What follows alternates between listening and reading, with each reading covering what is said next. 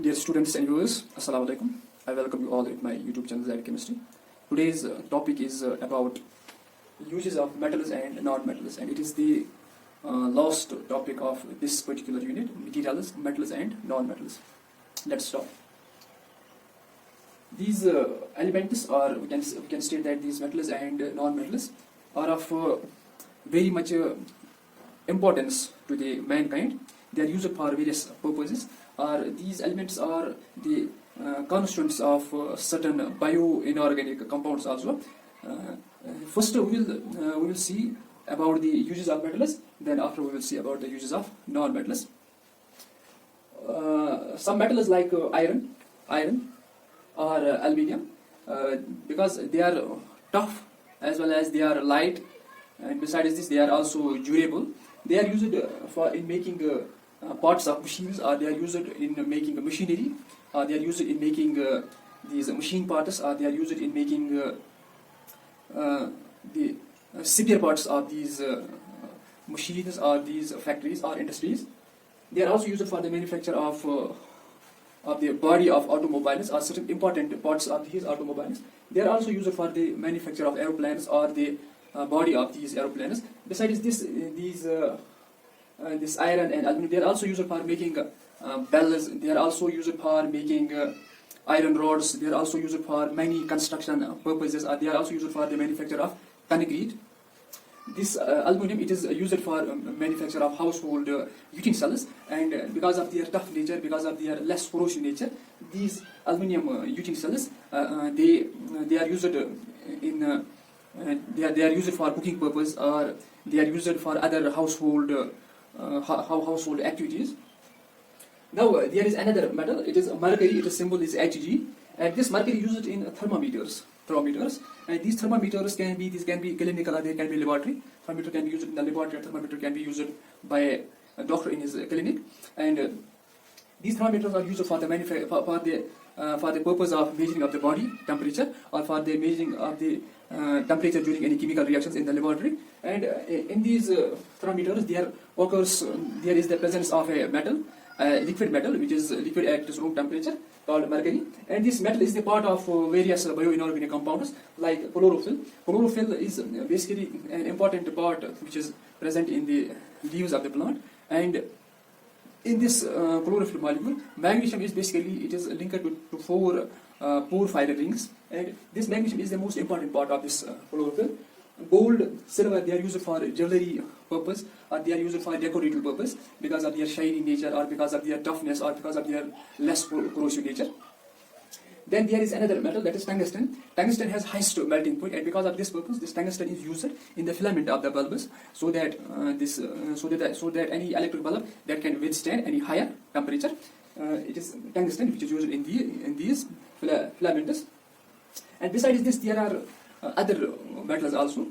For example, there is presence of there is sodium, there is calcium, there is potassium.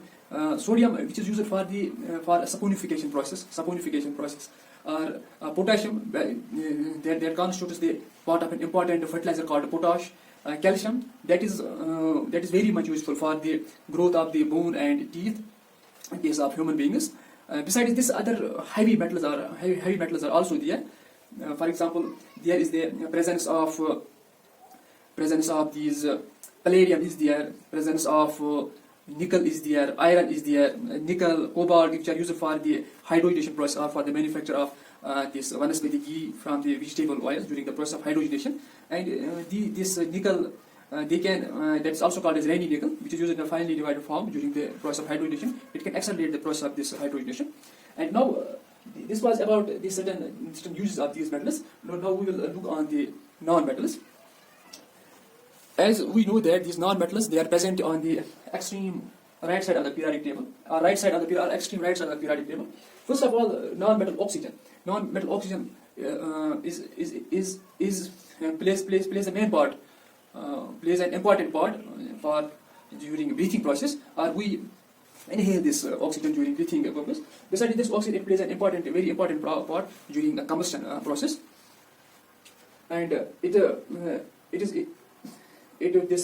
This process is also very important during many biological functions in our body.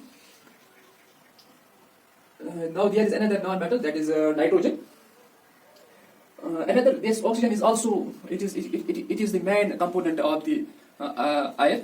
It is the main component of the natural resource air. Nitrogen is a very important, it is basically an inert gas.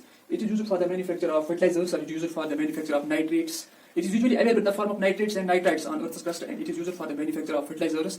These fertilizers can be in the form of nitrates, nitrites, or it can be in the form of ammonium ions. Besides this nitrogen is also used for the storage of food items. For example, these food items like chips, they can be stored under this nitrogen, or this nitrogen flushed on these food items. So in order to prevent them from rancidity, then there is another metal, that is chlorine. This chlorine is usually used for the bleaching of the water, or for the purification of the water, or for the disinfection of the water. This chlorine is added to the water in the form of, that's called as bleaching powder, CaOCl2, calcium oxychloride, and it results in the purification of the water. It prevents water from disinfection. Then there is another non-metal, iodine. This iodine, it is basically used as iodine solution for treatment of the wounds, or it can act as an antiseptic. It can prevent the further infection of these wounds. It use it as an antiseptic. Now there is another non-metal, sulfur. This sulfur is used also in formation of crackers, or you can say firecrackers. Besides this, there are other non-metals, like there are noble gases that forms an important part in air. And besides this, certain other non-metals are there. For example, there is silicon is there.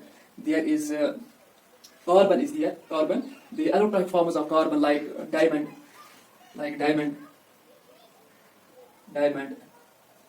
graphite. They form an important part in jewelry purpose, or they form an important part in the formation. This graphite forms an important part of part during the electrolysis process, or the electrodes, negative cathode or anode. They are the constant of this particular allotropic form of carbon, that is graphite. It was all about today's topic. Have a nice day.